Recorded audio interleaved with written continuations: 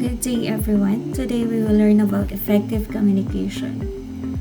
Communication is something we do every day. We use it when we talk, text, write, or even use body language. In this lesson, we will learn how to communicate clearly and respectfully.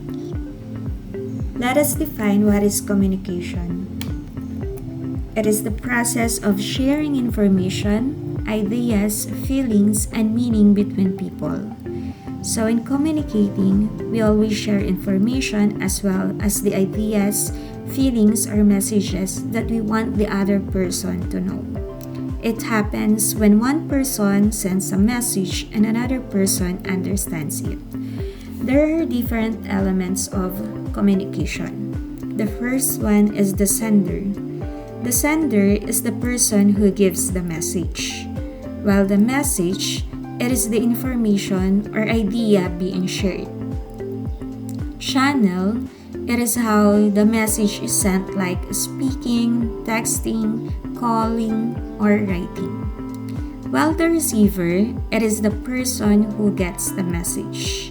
And lastly, the feedback is the response of the receiver, and it tells the sender if the message was understood.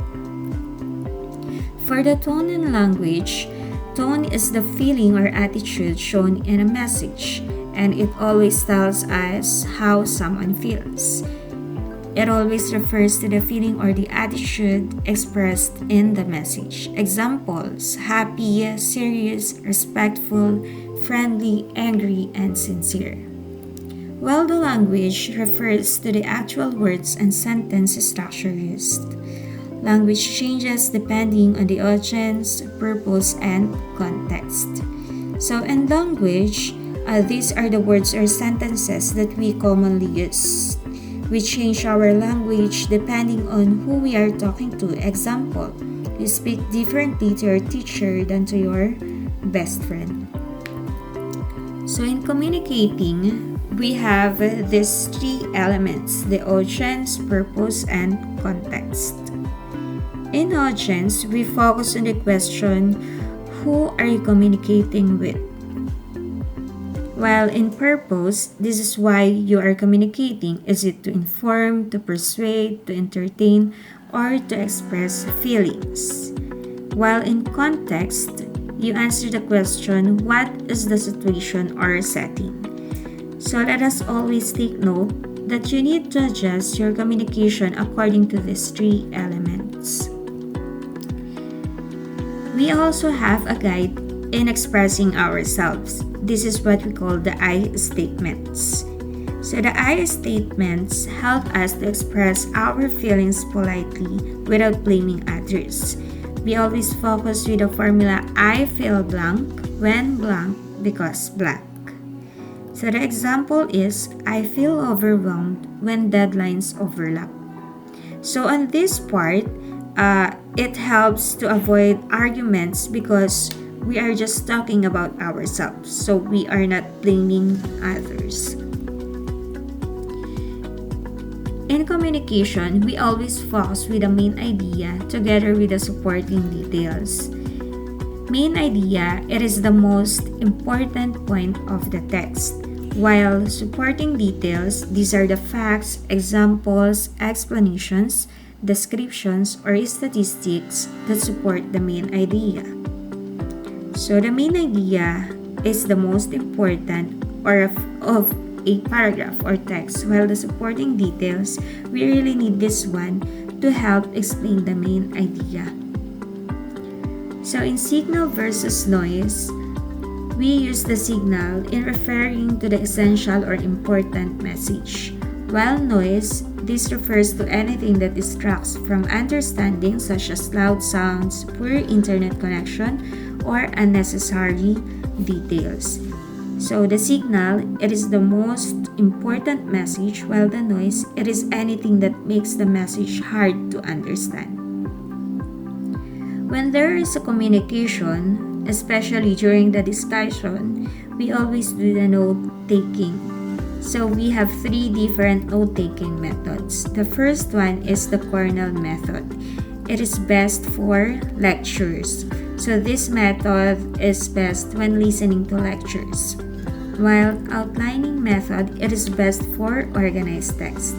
This method is best for organized lessons because ideas are arranged from main topics to details.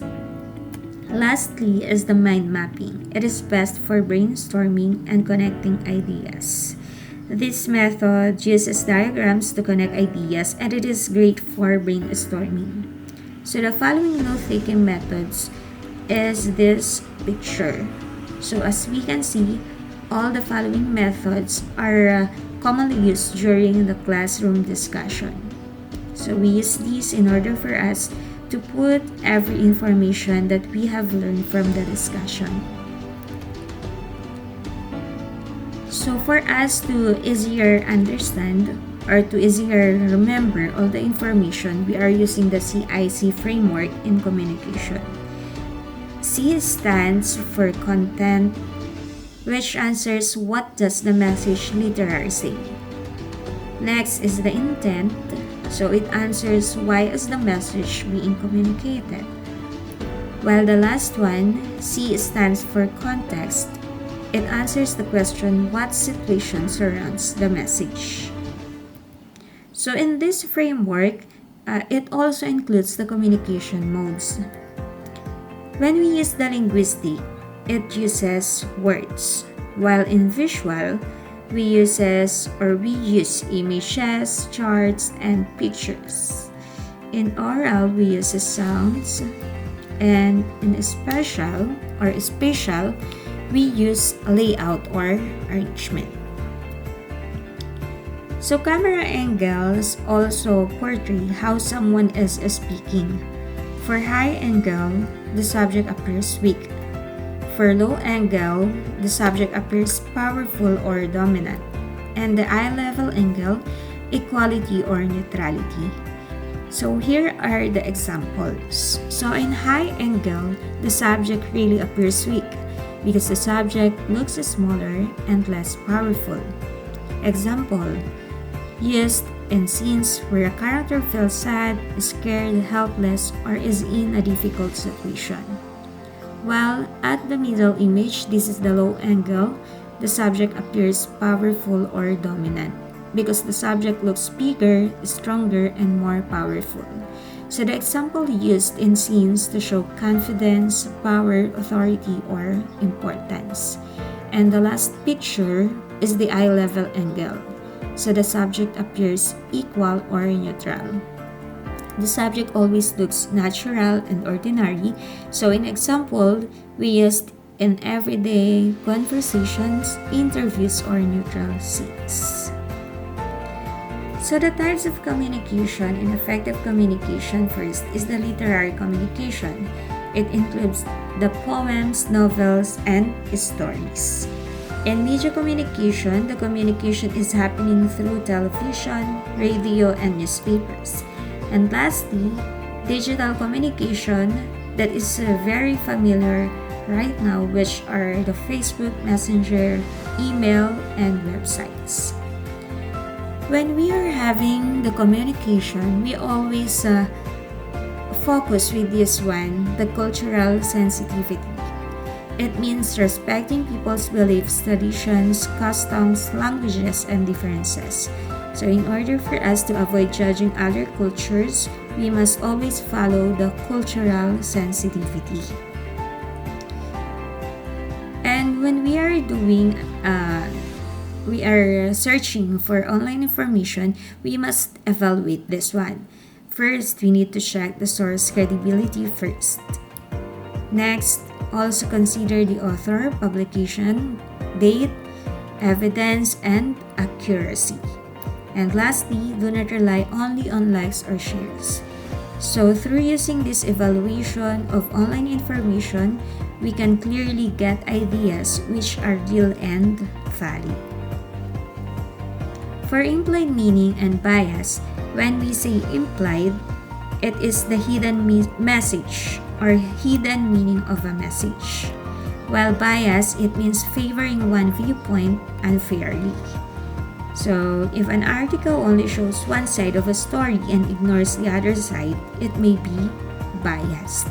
Another signs of bias include loaded language and one-sided information. The key takeaways for this lesson are the following: tone, feeling or attitude, language, words used, content, what is said, intent, purpose, context, situation, main idea, central point. Supporting details, explain the main idea, signal, important message, noise, distraction, assumption, belief without proof, perspective, point of view, bias, unfair preference, cultural sensitivity, respect for differences. So that's all for today. Thank you.